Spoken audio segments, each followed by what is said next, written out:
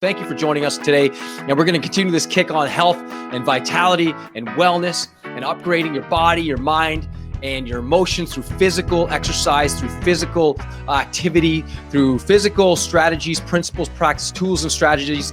And we're gonna show you each day that we're on this podcast a little bit of tools, strategies. The first 3 weeks we're talking about nutrition. And then we're going to kick it. I think the last episode that we did a few days ago, we talked about the power of muscle mass and weight training and resistance training, why that's the most important type of training. So if you missed that show, obviously download it on iTunes or Facebook or Instagram, whatever it is, and listen to it. So this show is particularly important because I never used to focus on flexibility, the power of flexibility. I used to not do a lot of stretching when I was younger, in my teens, my 20s, and even into my early 30s. But recently, I've been doing a lot of stretching, focusing on flexibility, pliability, and stability. A lot of my movements have been just a little bit hindered, and because I move so much. I mean, I'm getting a little bit older, so I noticed my aches and pains last a little longer. So I'm focusing a lot on stability, pliability, flexibility through yoga, Tai Chi, through stretching on a consistent basis. In fact, what I do between clients now, whether I'm life coaching or personal training or anything like that, I stretch between clients, even if it's for like 3 to 5 minutes. And I do a series of sort of yoga postures, breathing exercises to kind of recharge my body, to retune my body between clients so I can show up and give my best to each and every client, because I don't want to be wearing down, and it's not fair. I'm the type of person, I want to give my clients the best of me as humanly possible. So that's what I do. And I have to say, as I said, in my teens and early 20s and into my late 20s, and sort of, I started doing a lot more stretching in my 30s. But I have to say, what is the one tree that could survive a hurricane or torrential storm? And that is a palm tree. Why? Because it can flex with the winds, right? And it's deeply rooted into the earth. So we need, I remember hearing Wayne Dyer say a long time ago, flexible body, flexible mind. Flexible mind, flexible body. So it's good to train both the body and the mind to both be flexible so they're fully aligned. So one of the recommendations that I do have is taking a yoga class, or watching a YouTube video on yoga, because what it does, it centers you in the present moment. You can breathe through the exercises, you can breathe through the postures and hold the postures. And what I like about yoga is it slows everything down. Now, if you're not into yoga or taking a hot yoga class or yoga class, you can actually go on YouTube and just like take up any stretching routine. You can just write that on YouTube, and you can actually start looking up some great stretches. And what I would recommend, probably the most important stretches are for your glutes, your core, which is your abdominals, your lower back, your glutes, and your hip flexors.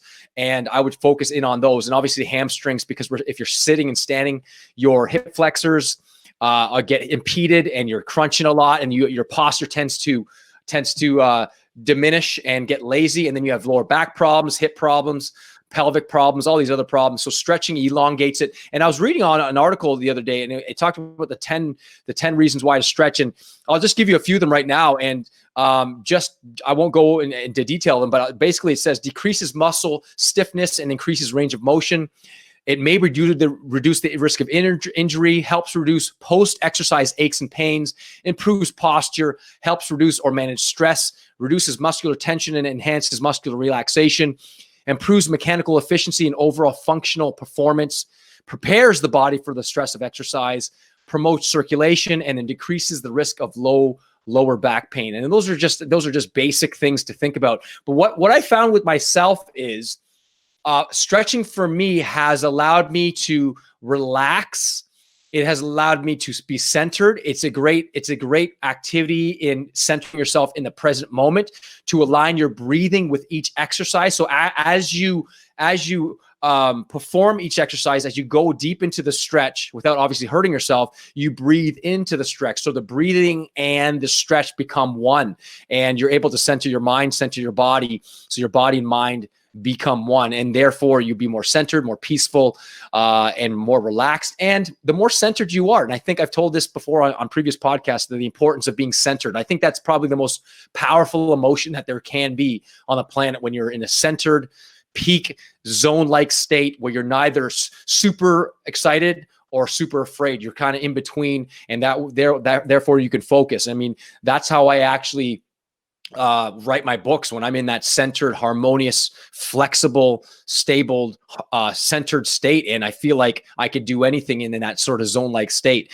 And what stretching does for me, physical stretching does for me, and breathing into the stretches, it puts me into that centered state. So, if anything, for the people out there, even just pick 4 exercises upon waking up in the morning. I know a lot of people actually do like a 5 or 10 minute yoga thing when they wake up, and what they do is they go downstairs and they basically drink a big glass of water to kind of charge their metabolism, and they go through a series of Tai Chi or yoga stretches for 5 to 10 minutes. It literally charges their metabolism. Plus, it changes your physiology.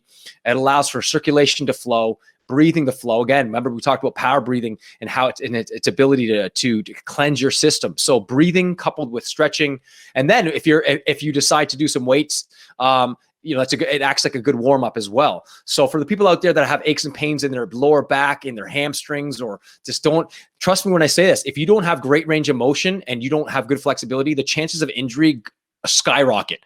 Because especially in the wintertime in Canada, if you're walking and you're slipping on ice, and all of a sudden you're propelled forward and you don't have the flexibility to kind of stabilize yourself with your feet really quickly, you're going to injure a hamstring, tear a hamstring, hurt your lower back, and not be able to kind of restabilize yourself. So that is very, very important, especially in the wintertime. So for people out there that do weight training, that do cardio exercise, trust me when I say this, make stretching, especially after a workout, one of your top priorities for sure. And then the next episode, we're going to talk about cardiovascular exercise.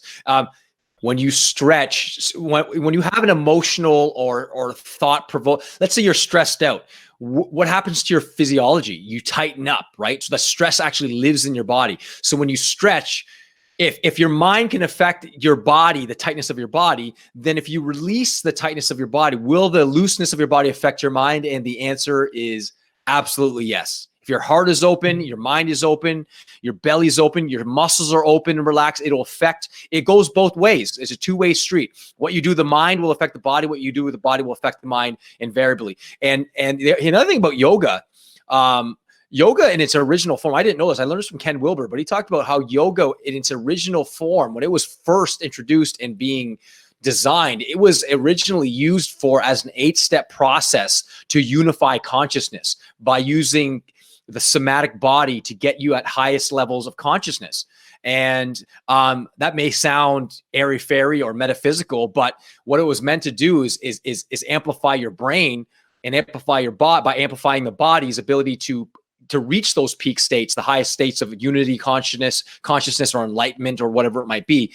And whether that's of interest to you, if you just use yoga for stretching and relaxation and to de-stress your body, then hey, that's fine. For the people out there that want to go to the next level, it does have the ability to work with subtle energies, to amplify your brain, and to reach states of consciousness that we do on a daily basis, but now activate it consciously without having to go to sleep or just wait for something to happen inside of us or outside us. We can actually activate it through meditation, through yoga, through Tai Chi, through Qigong, whatever it might be.